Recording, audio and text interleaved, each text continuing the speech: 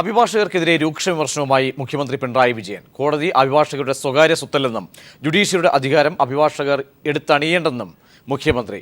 അതിരുവിട്ടാൽ സർക്കാർ ചെയ്യേണ്ടത് ചെയ്യുമെന്നും മുഖ്യമന്ത്രി പ്രതികരിച്ചു. മറ്റ് സ്വാതന്ത്ര്യങ്ങൾ ഉണ്ടെങ്കിലേ പത്രസ്വാതന്ത്ര്യം ഉണ്ടാകൂ എന്നും മുഖ്യമന്ത്രി കൂട്ടിച്ചേർത്തു. അഭിഭാഷകരുടെ നടപടി ഒരു കാരണവശാലും അംഗീകരിക്കാനാവില്ലെന്ന് മുഖ്യമന്ത്രി പറഞ്ഞു. അഭിഭാഷകർ കോടതികളുടെ അധികാരികളല്ല. ജുഡീഷ്യറിക്കുള്ള അധികാരം അഭിഭാഷകർ എടുത്തണിയേണ്ടെന്നും മുഖ്യമന്ത്രി ഓർമ്മിപ്പിച്ചു. അതിരുവിട്ടാൽ നിയമം പാലിക്കാൻ വേണ്ടത് സർക്കാർ ചെയ്യുമെന്ന മുഖ്യമന്ത്രിയുടെ വാക്കുകൾ അഭിഭാഷകർക്കുള്ള താക്കീതായി. കോടതി തങ്ങളുടെ സ്വകാര്യ സ്വത്താണെന്ന ധാരണ അഭിഭാഷകർക്ക് ഉണ്ടാവാൻ പാടില്ല. കോടതിയിൽ ആര് കയറണം, ആര് കയറണ്ട എന്നൊക്കെ കൽപ്പിക്കാൻ അഭിഭാഷകൻ അധികാരിയല്ല. കോടതി ഈ രാജ്യത്തിൻ്റേതാണ് എന്ന് ഓർമ്മിക്കണം. ആഗോളവൽക്കരണത്തിന്റെ പശ്ചാത്തലത്തിൽ മാധ്യമ മേഖല കടുത്ത വെല്ലുവിളി നേരിടുകയാണ്. മറ്റു സ്വാതന്ത്ര്യങ്ങളില്ലെങ്കിൽ മാധ്യമ സ്വാതന്ത്ര്യത്തിന് നിലനിൽപ്പില്ലെന്നും പിണറായി വിജയൻ ഓർമ്മിപ്പിച്ചു. മന്ത്രി രാമചന്ദ്രൻ കടന്നപ്പള്ളി, പ്രതിപക്ഷ നേതാവ് Ramesh Chennithala, KV Thomas MP, MLA Mar, മറ്റ് ജനപ്രതിനിധികൾ തുടങ്ങിയവർ ഉദ്ഘാടന സമ്മേളനത്തിൽ പങ്കെടുത്തു. News bureau, Kochi. വഞ്ചിയൂർ കോടതിയിൽ മാധ്യമപ്രവർത്തകരെ ആക്രമിച്ചതിൽ 10 അഭിഭാഷകർക്കെതിരെ കേസെടുത്തു. ആനേറ ഷാജി, രതിൻ, സുഭാഷ്, അരുൺ P. നായർ, LR രാഹുൽ എന്നിവർക്കെതിരെയും കണ്ടാലറിയാവുന്ന അഭിഭാഷകർക്കെതിരെയുമാണ് കേസ്. സ്ത്രീകളെ അപമാനിച്ചതിനും ഇവർക്കെതിരെ കേസെടുത്തു.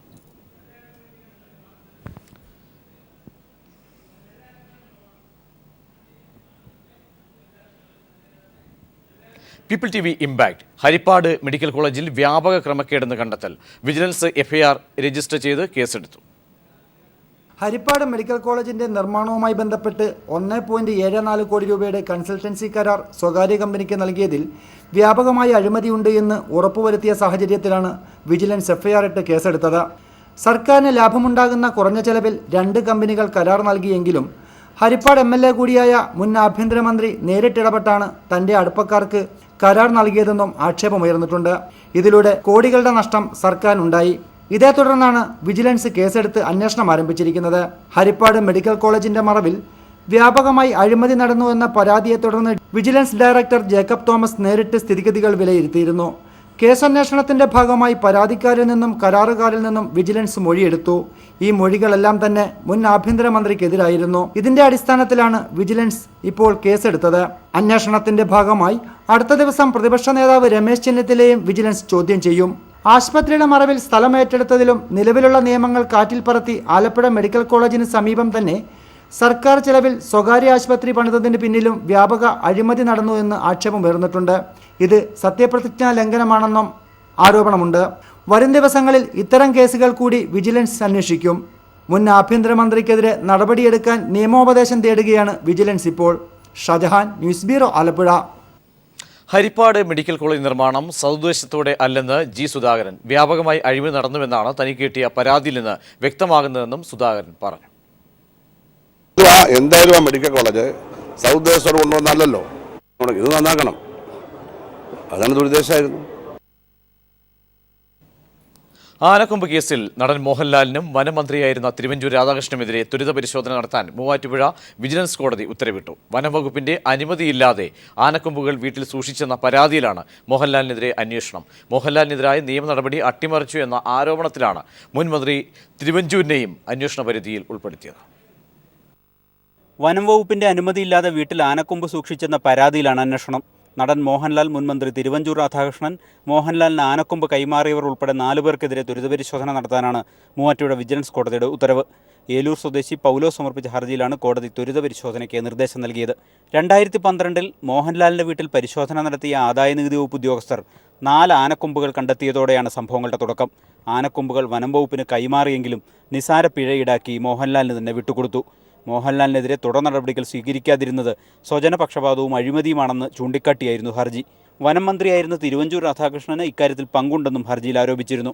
ഹർജി പരിഗണിച്ച കോടതി വിശദമായ വാദം കേട്ട ശേഷമാണ് ത്വരിത പരിശോധനയ്ക്ക് നിർദ്ദേശം നൽകിയത്. ഡിസംബർ 16-നകം റിപ്പോർട്ട് കോടതിയിൽ സമർപ്പിക്കണമെന്നും വിജിലൻസ് ജഡ്ജി നിർദ്ദേശിച്ചു. News bureau, Kochi. സോളാർ അഴിമതിയിൽ മുൻ മുഖ്യമന്ത്രി ഉമ്മൻചാണ്ടിക്കെതിരായ പൊതുതാൽപര്യ ഹർജി തിരുവനന്തപുരം വിജിലൻസ് കോടതി ഫയലിൽ സ്വീകരിച്ചു. സരിത ഉമ്മൻചാണ്ടിക്കുൾപ്പെടെ പണം നൽകിയെന്ന് സോളാർ കമ്മീഷനിൽ നൽകിയ മൊഴിയുടെ അടിസ്ഥാനത്തിൽ കേസ് രജിസ്റ്റർ ചെയ്യണമെന്നാണ് ഹർജിയിലെ ആവശ്യം. സമാന കേസിലെ ഹൈക്കോടതി തീരുമാനം അറിയിക്കാനും പ്രത്യേക വിജിലൻസ് കോടതി ഉത്തരവിട്ടു. കേസ് പരിഗണിക്കുന്നത് ഈ മാസം 28 മാറ്റി. പുതുക്കാട് പാഴായിയിൽ 4 വയസ്സുകാരി വെള്ളക്കെട്ടിൽ വീണ് മരിച്ച സംഭവം കൊലപാതകമെന്ന് സ്ഥിരീകരിച്ചു. സംഭവത്തിൽ കുട്ടിയുടെ ബന്ധുവായ മധ്യവയസ്കയെ പോലീസ് കസ്റ്റഡിയിലെടുത്തു. കുടുംബവഴക്കാണ് കൊലപാതകത്തിന് കാരണമെന്ന് പോലീസ് പറയുന്നു. കണ്ണൂർ മട്ടന്നൂർ സ്വദേശി രജിത്ത് നീഷ്മ ദമ്പതികളുടെ മകൾ 4 വയസ്സുകാരി മേബയാണ് പുഴയിൽ വീണ് മരിച്ചത്. നീഷ്മയുടെ പിതൃസഹോദരന്റെ മരണാനന്തര ചടങ്ങുകൾക്ക് പുതുക്കാട്ടെ കുടുംബ വീട്ടിൽ എത്തിയപ്പോഴായിരുന്നു സംഭവം. ചടങ്ങുകൾക്കിടെ കാണാതായ കുട്ടിയുടെ ജഡം പിന്നീട് പുഴയിൽ കണ്ടെത്തുകയായിരുന്നു. മനഃപൂർവ്വം അപകടപ്പെടുത്തിയതാകാം എന്ന മാതാപിതാക്കളുടെ സംശയത്തെ തുടർന്ന് ഇവരുടെ ബന്ധു കൂടിയായ മധ്യവയസ്കയെ പോലീസ് വിളിച്ചുവരുത്തി. പുഴയിലേക്ക് തള്ളിയിട്ട് കൊലപ്പെടുത്തുകയായിരുന്നുവെന്ന് മേബയുടെ അമ്മയുടെ അമ്മായി ശൈലജ പറഞ്ഞു. കൊല്ലപ്പെട്ട മേബയുടെ മുത്തച്ഛനുമായി സഹോദരി ശൈലജയ്ക്കുണ്ടായിരുന്ന വൈരാഗ്യമാണ് കൊലപാതകത്തിന് പിന്നിലെന്നാണ് പോലീസിന്റെ പ്രാഥമിക നിഗമനം. അവരോട് ഈ കുടുംബം ഇവരെ മുത്തച്ഛനോടും അതുപോലെ തന്നെ ഒരു വീട്ടുകാരോട് സ്ത്രീക്ക് വൈരാഗ്യം. കുട്ടിയുടെ തന്നെ മാല മുമ്പ് സ്വർണ്ണം നഷ്ടപ്പെട്ടത് ഇവരാണെന്നുള്ള ചില ആരോപണങ്ങളുണ്ടായിരുന്നു. അപ്പോൾ അത് ഈ കുടുംബക്കാരാണ് പറയുന്നതെന്നുള്ളൊരു വൈരാഗ്യം ഇവർക്കുണ്ട്. കുട്ടിയുടെ പിതാവ് രജിത്ത് വിദേശത്തായിരുന്നു ജോലി ചെയ്തിരുന്നത്. അതിനാൽ നീഷ്മയും മേബയും പുതുക്കാട്ട് പാഴാനിയിലാണ് താമസിച്ചിരുന്നത്. നീഷ്മയുടെ കുടുംബവുമായി പിടിയിലായ ശൈലജ നിരന്തരം തർക്കമുണ്ടാകാറുണ്ടെന്ന ബന്ധുക്കൾ മൊഴി നൽകി. പിടിയിലായ ശൈലജയ്ക്കെതിരെ Thrissur west, east, Palakkad police സ്റ്റേഷനുകളിൽ അനാശാസ കേസുകളുണ്ട്. News bureau, Thrissur. ബ്രിക്സ് രാജ്യാന്തര ഉച്ചകോടിക്ക് ഗോവയിൽ തുടക്കമായി. ഇന്ത്യ റഷ്യ വാർഷിക യോഗവും ഗോവയിൽ പൂർത്തിയായി. വർദ്ധിച്ചുവരുന്ന പാക് തീവ്രവാദ ഭീഷണി നേരിടാൻ ഇന്ത്യയ്ക്ക് റഷ്യയുടെ വിമാനവേധ മിസൈൽ കവചിത വാഹനങ്ങൾ ലഭിക്കും. അതിർത്തി കടന്നുള്ള ആക്രമണങ്ങൾക്ക് ഉപയോഗിക്കാൻ കഴിയുന്ന കമോവ ഹെലികോപ്റ്ററുകൾ ഇരു രാജ്യങ്ങളും നിർമ്മിക്കും. കൂടംകുളത്തെ പുതിയ യൂണിറ്റുകളുടെ നിർമ്മാണോദ്ഘാടനം റഷ്യൻ പ്രസിഡന്റ് പുടിനും പ്രധാനമന്ത്രി നരേന്ദ്രമോദിയും സംയുക്തമായി നിർവഹിച്ചു. ഇന്ത്യ റഷ്യ ബന്ധം ശക്തമാക്കി വാർഷിക യോഗം ഗോവയിൽ പൂർത്തിയായി. റഷ്യൻ പ്രസിഡന്റ് വ്ളാഡിമിർ പുടിനും പ്രധാനമന്ത്രി നരേന്ദ്രമോദിയും തമ്മിൽ നടന്ന ഉഭയകക്ഷി ചർച്ചകൾക്ക് ശേഷം പ്രതിരോധം, വാണിജ്യം രംഗത്തടക്കം 16 കരാറുകൾ ഒപ്പിട്ടു. കൂടംകുളം ആണവ നിലയത്തിലെ പുതിയ യൂണിറ്റുകളുടെ നിർമ്മാണ ഉദ്ഘാടനം ഇരുവരും സംയുക്തമായി നിർവഹിച്ചു. റഷ്യയുടെ പുതിയ മിസൈൽ, വിമാനവേധ, റോക്കറ്റ് കവചിത വാഹനങ്ങൾ ഇന്ത്യക്ക് ലഭിക്കും. കൂടാതെ അതിർത്തി കടന്നുള്ള ആക്രമണങ്ങൾക്കും സിയാച്ചിൻ പോലുള്ള മലനിരകളിൽ ആക്രമണം നടത്താനും സഹായിക്കുന്ന കമാവ ഹെലികോപ്റ്ററുകൾ ഒരുമിച്ച് നിർമ്മിക്കാനും കരാർ ഒപ്പിട്ടു. ആന്ധ്രാപ്രദേശിൽ റഷ്യയുടെ സഹായത്തോടെ കപ്പൽ നിർമ്മാണശാല ആരംഭിക്കും. ഇന്ത്യ റഷ്യ ബന്ധം പഴക്കമുള്ളതാണെന്നും പുതിയ 2 സുഹൃത്തുക്കളെക്കാൾ പഴയ ചങ്ങാതി തന്നെയാണ് നല്ലതെന്നും സംയുക്ത പ്രസ്താവനയിൽ നരേന്ദ്രമോദി പറഞ്ഞു. അഫ്ഗാനിസ്ഥാനിലും പടിഞ്ഞാറൻ ഏഷ്യയിലുമുള്ള ഇരു രാജ്യങ്ങളുടെയും താൽപര്യം ഒന്നു തന്നെയാണെന്ന് റഷ്യൻ പ്രസിഡന്റ് വ്ളാഡിമിർ പുടിനും വ്യക്തമാക്കി. തീവ്രവാദത്തിനെതിരെ ഇന്ത്യ നടത്തുന്ന പോരാട്ടങ്ങൾക്ക് റഷ്യ പിന്തുണ അറിയിച്ചതായി പിന്നീട് വിദേശകാര്യ സെക്രട്ടറി എസ് ജയശങ്കർ അറിയിച്ചു. ബ്രിക്സ് യോഗത്തിൽ പങ്കെടുക്കാനെത്തിയ ചൈന, ബ്രസീൽ, സൗത്ത് ആഫ്രിക്ക രാഷ്ട്രത്തലവന്മാർക്ക് ഇന്ത്യ ഊഷ്മള സ്വീകരണം നൽകി വരവേറ്റു. News bureau, Delhi. സംസ്ഥാനത്ത് ചൈനീസ് മുട്ടകൾ എന്ന പേരിൽ വ്യാജ മുട്ടകൾ കണ്ടെത്തിയെന്ന പ്രചരണം തെറ്റെന്ന് പ്രാഥമിക നിഗമനം. വെറ്റിനറി സർവകലാശാലയിലെ centre for advance studies in poultry സയൻസിലാണ് ഇത് സംബന്ധിച്ച പഠനം നടക്കുന്നത്. പിടിച്ചെടുത്ത മുട്ടകളുടെ പരിശോധന പൂർത്തിയാക്കിയ ശേഷം ഭക്ഷ്യസുരക്ഷാ വകുപ്പിന് റിപ്പോർട്ട് സമർപ്പിക്കും. എറണാകുളം ജില്ലാ ഭക്ഷ്യസുരക്ഷാ വകുപ്പ് മൂവാറ്റുപുഴയിൽ നിന്ന് പിടിച്ചെടുത്ത 24 മുട്ടകളാണ് മണ്ണുത്തി വെറ്റിനറി സർവകലാശാലയിലെ centre for advanced studies in poultry സയൻസിൽ പരിശോധിക്കുന്നത്. പ്രാഥമിക പരിശോധനയിൽ എത്തിച്ച മുട്ടകൾ മുഴുവൻ യഥാർത്ഥമാണെന്ന നിഗമനത്തിലാണ് അധികൃതർ എത്തിച്ചേരുന്നത്. സർവകലാശാല ക്യാമ്പസിൽ ഉൽപ്പാദിപ്പിച്ച മുട്ടകളുമായി ഇവയുടെ താരതമ്യ പഠനമാണ് നടക്കുന്നത്. ഇതുവരെയുള്ള പരിശോധന പ്രകാരം പിടിച്ചെടുത്ത മുട്ടകളിൽ ഭൗതിക രാസവ്യത്യാസങ്ങൾ കണ്ടെത്താനായില്ല. എത്തിച്ച മുട്ടകളിൽ ഏറിയ പങ്കും കാലപ്പഴക്കം ചെന്നവയാണെന്ന് സംശയമുണ്ട്. മഞ്ഞക്കരുവിന് കട്ടികൂടുന്നത് കാലപ്പഴക്കം മൂലമാകാം എന്നാണ് സൂചന. മുട്ടക്കോഴിയുടെ ഭക്ഷണക്രമവും മുട്ടയുടെ സ്വഭാവത്തിൽ നേരിയ മാറ്റം വരുത്തിയേക്കാമെന്നും അഭിപ്രായമുണ്ട്. വ്യാജമെന്നാരോപിച്ച് പിടിച്ചെടുത്ത മുട്ടയുടെ പുറന്തോട് കത്തിക്കുമ്പോൾ പ്ലാസ്റ്റിക്കിന്റെ ഗുണഗണങ്ങൾ കാണിക്കുമെന്നായിരുന്നു പ്രചരണം. പുറന്തോടിൽ കൃത്രിമമുണ്ടോ എന്ന കാര്യത്തിൽ പരിശോധനകൾ നടന്നുവരികയാണ്. ഉയർന്ന ഊഷ്മാവിൽ മുട്ടകൾ സൂക്ഷിക്കുമ്പോൾ തോടിന് കട്ടികൂടാമെന്ന വിദഗ്ധാഭിപ്രായമുണ്ട്. പരിശോധനകൾ പൂർത്തിയാക്കിയ ശേഷം അന്തിമ റിപ്പോർട്ട് ഭക്ഷ്യസുരക്ഷാ വകുപ്പിന് കൈമാറും. ഇടുക്കി, തിരുവനന്തപുരം എന്നിവിടങ്ങളിൽ നിന്ന് സംശയത്തിന്റെ പേരിൽ പിടിച്ചെടുത്ത മുട്ടകളും അടുത്ത ദിവസം പരിശോധനയ്ക്ക് എത്തിക്കും. News bureau, Thrissur. വാരാണസിയിൽ ഘോഷയാത്രയ്ക്കിടെ തിക്കിലും തിരക്കിലും പെട്ട് 20ഓളം മരണം. വാരാണസി ഘോഷയാത്രയിൽ പങ്കെടുക്കാൻ 3000 പേർക്കാണ് അനുമതി നൽകിയിരുന്നത്. എന്നാൽ പങ്കെടുത്തത് 1 ലക്ഷത്തോളം പേരാണ് ഘോഷയാത്രയിൽ എത്തിയത്.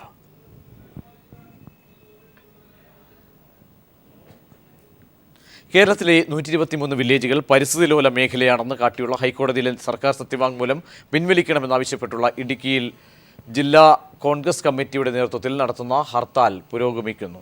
തൊടുപുഴ മുട്ടത്ത് നടക്കുന്ന CBSE കലോത്സവത്തെയും തൊടുപുഴയിൽ നടക്കുന്ന ജൂനിയർ ചേംബർ മേഖലാ സമ്മേളനത്തെയും ഹർത്താലിൽ നിന്നും ഒഴിവാക്കിയിട്ടുണ്ട്. രാവിലെ 6 മുതൽ വൈകിട്ട് 6 വരെയാണ് ഹർത്താൽ.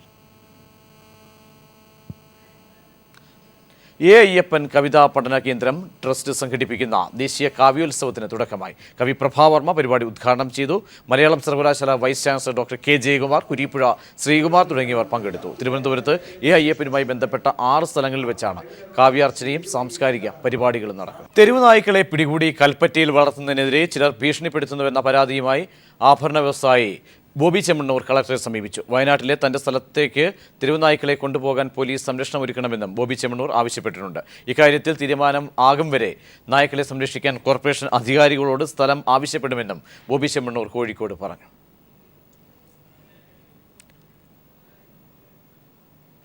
UDF ഹർത്താലിനെതിരെ ഇൻഫോം രംഗത്ത്. പരിസ്ഥിതി ലോലം സംബന്ധിച്ച് വസ്തുതകൾ വളച്ചൊടിച്ചും ദുർവ്യാഖ്യാനം ചെയ്തും രാഷ്ട്രീയ നേട്ടത്തിനായി ജനങ്ങളെ തെറ്റിദ്ധരിപ്പിച്ച് തെരുവിലിറക്കുന്നത് തെറ്റായ നടപടിയാണെന്നും ക്വാറി ഖനന മാഫിയകളുടെ സംരക്ഷകരാകുവാൻ കർഷകർ അടക്കമുള്ള ജനസമൂഹത്തെ കിട്ടില്ലെന്ന് ഇൻഫാം ദേശീയ ജനറൽ ഷെവലിയാർ VC സെബാസ്റ്റ്യൻ വ്യക്തമാക്കി. ഭരണത്തിൽ ഇരുന്നപ്പോൾ പരിസ്ഥിതി ലോല വിഷയത്തിൽ നിശബ്ദ നിലപാടുകളോടെ ജനങ്ങളെ നടുപൊടിച്ചിട്ടും വിഷയം ഇപ്പോൾ കൂടുതൽ സങ്കീർണമാക്കാനുള്ള നീക്കം ജനദ്രോഹ നടപടിയാണെന്നും അദ്ദേഹം കൂട്ടിച്ചേർത്തു.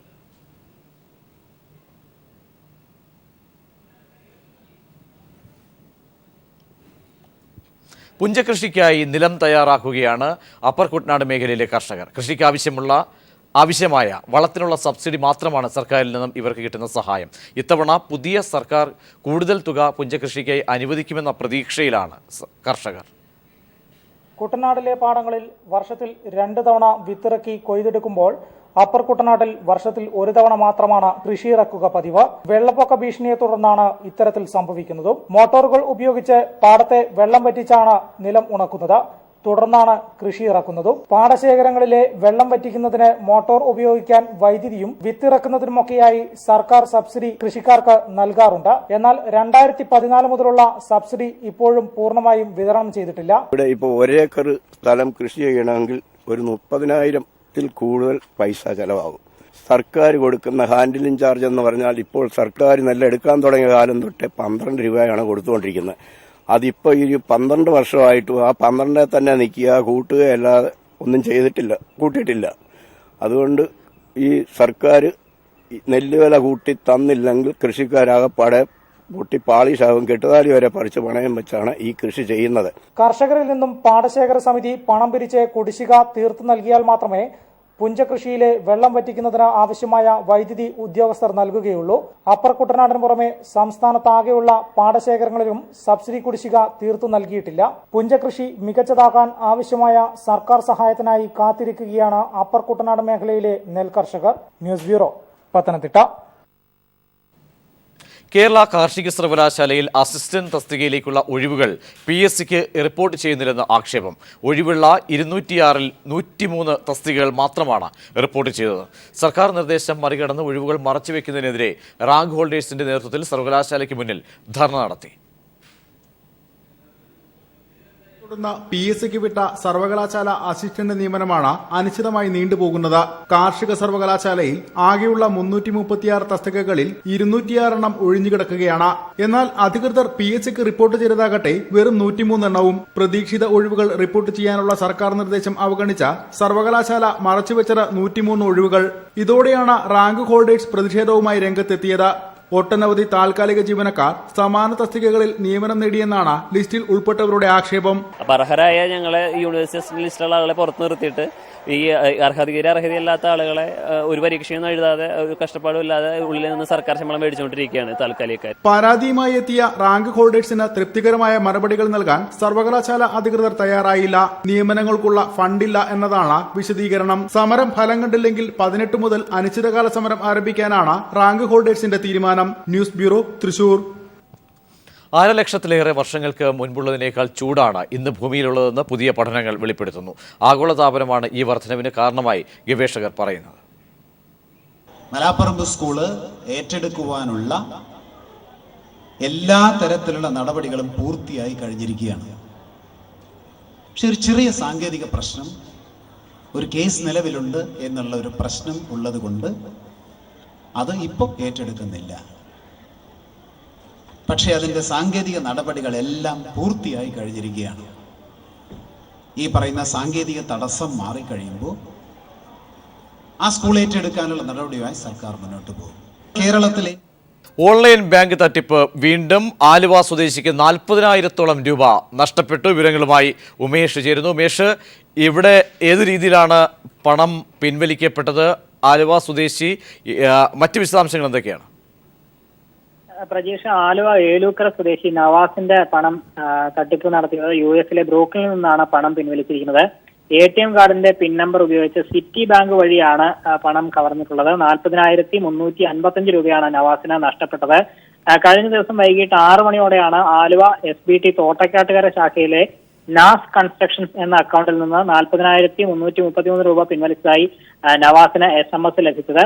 ഉടൻ തന്നെ ബാങ്കിലെത്തി പണം താൻ പിൻവലിച്ചിട്ടില്ലെന്ന് നവാസ് പരാതി നൽകി. തുടർന്ന് പരിശോധിച്ചപ്പോൾ അമേരിക്കയിലെ ബ്രൂക്ലിനിൽ നിന്ന് സിറ്റി ബാങ്ക് മുഖേനയാണ് പണം പിൻവലിച്ചത് എന്ന് വ്യക്തമാവുകയായിരുന്നു. 40,333 രൂപയ്ക്ക് തുല്യമായ ഡോളറിലാണ് പണം കവർന്നിരിക്കുന്നത്. കെട്ടിട നിർമ്മാണ കരാറുകാരനായ നവാസിന്റെ ഈ അക്കൗണ്ടിൽ 45,000 രൂപയാണ് ഉണ്ടായിരുന്നത്. ഈ അക്കൗണ്ടിൽ നിന്ന് ലഭിച്ച ATM കാർഡിന്റെ പിൻ നമ്പർ ഉപയോഗിച്ചാണ് പണം കവർന്നിരിക്കുന്നതെന്നാണ് കരുതുന്നത്. നവാസ് ആലുവ പോലീസ് സ്റ്റേഷനിൽ പരാതി നൽകിയിട്ടുണ്ട്. നേരത്തെ ഇത്തരത്തിൽ തട്ടിപ്പാണെന്ന് മുംബൈയിൽ നിന്നാണ് പണം പിൻവലിച്ചതെങ്കിൽ ഇത് അമേരിക്കയിൽ നിന്നാണ് പണം പിൻവലിച്ചിരിക്കുന്നത്. അതുകൊണ്ട് തന്നെ ഇതിന്റെ ഗൗരവം വർദ്ധിക്കുന്നു.